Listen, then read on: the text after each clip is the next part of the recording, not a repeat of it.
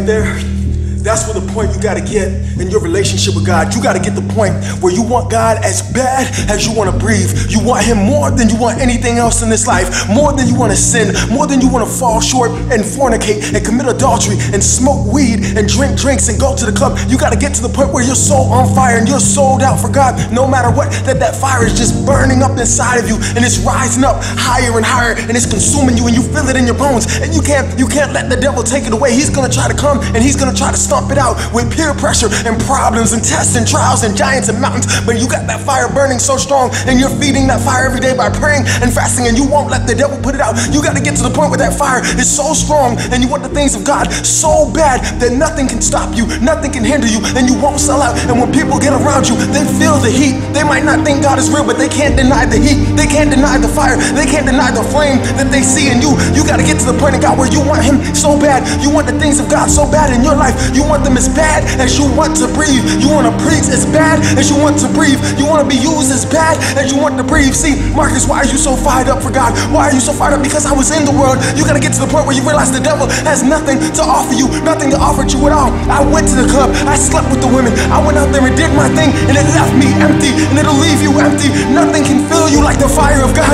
Nothing can consume you like the passion of God. Nothing can complete you like the fire of God. See, God, when He formed you, He created you with purpose. He created you to be used, and the devil's gonna do anything he can to hinder you, to stop you, and try to destroy you. But you gotta get to the point where your mind is made up that no matter what is going on around me, no matter who's talking about me, I don't care what they say. I don't care what's going on in the news. I'm sold out for Jesus Christ. I don't care what the rest of the world is tolerating. Nothing is gonna put out my fire. Nothing is gonna stop me. Nothing is gonna hinder me. I'm sold out for Jesus and I'm unashamed. You gotta get to the point where you just don't care what people think. You just gotta keep your mind on God. See, David, he was anointed to be king, but before he could ever become king, before he could ever fight the giant, he had to be out in the field meditating on God, getting stronger, building up the fire. And you need to build up your fire, and no matter what, you don't let the devil put out your fire. It is time for saints to be on fire for God. You need to want the things of God better than you want to breathe.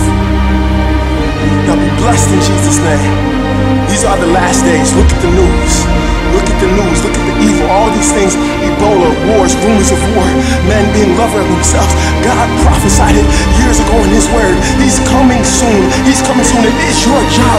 This world is like a dark alley, and you're that light pole. See, people might not think that God is real, but they're gonna know that something's different about you. I know that people know. When they look at me, they know how I used to be. They know how I used to get down. Why don't you do the things you used to do more? Marcus, why do you not do those things no more? Because God changed me. He saved my soul. I should be dead. I remember when the bullets were flying all around and I thought I was gonna die, but God gave me a second chance and He filled me with His fire. And there's no feeling like being filled with the fire of God. Nothing can compare to that. I promise you. Oh, taste and see that the Lord is good, and don't let the devil steal what Jesus has for you, because nothing can compare.